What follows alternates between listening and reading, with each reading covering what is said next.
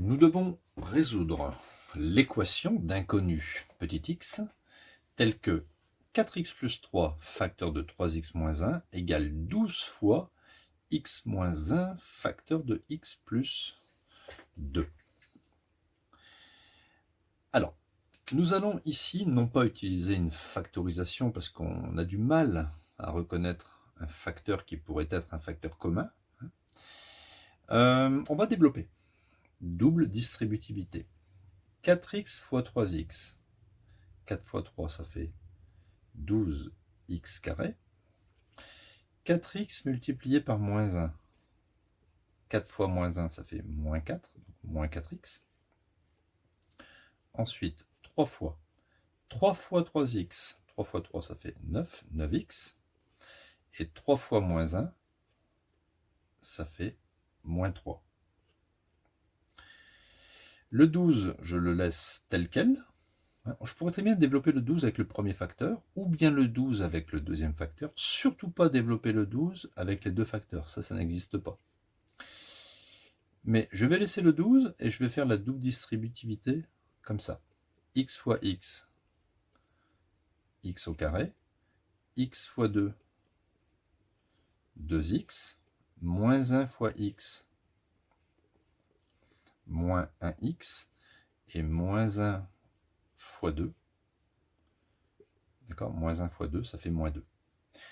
On obtient 12x carré, 9 moins 4, ça me donne plus 5x, moins 3, est égal, alors ici j'ai 12, donc x carré, 2x moins x, ça me fait plus 1x, 2 moins 1 ça fait 1, et là je mets moins 2.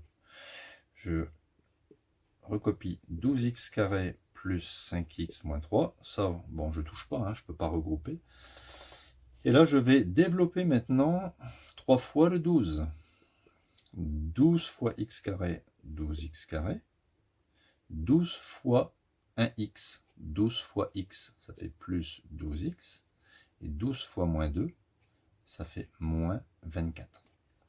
On a l'impression que c'est une équation du second degré parce qu'on voit la présence de degré 2, mais regardez, de part et d'autre, on a la même chose, de part et d'autre du égal. Donc, on peut les barrer. D'accord ? Pourquoi on peut les barrer? Parce que si par l'esprit, je faisais passer le 12x carré de l'autre côté, ça ferait 12x carré, moins 12x carré, ça ferait 0. Donc maintenant, je vais transposer le plus 12 à gauche du égal et le moins 3 à droite. Je vais obtenir 5x. Le plus 12 va devenir moins 12. Je change de signe. Moins 24, il ne bouge pas. Et le moins 3 devient plus 3. 5 moins 12, ça fait moins 7. Moins 7x. Moins 24 plus 3, ça fait précisément moins 21.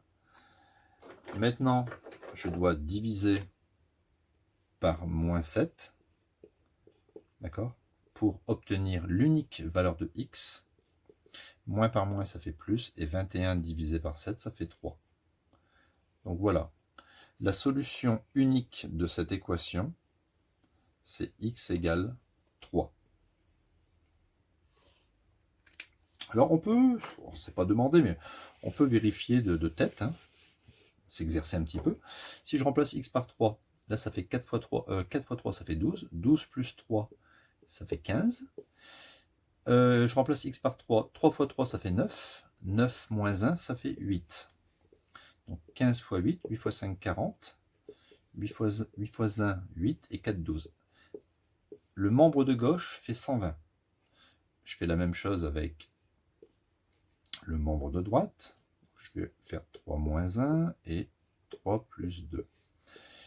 3 moins 1, ça fait 2. Et 3 plus 2, ça fait 5. On a bien 2 fois 5, ça fait 10. Et 12 fois 10, ça fait 120. D'accord ?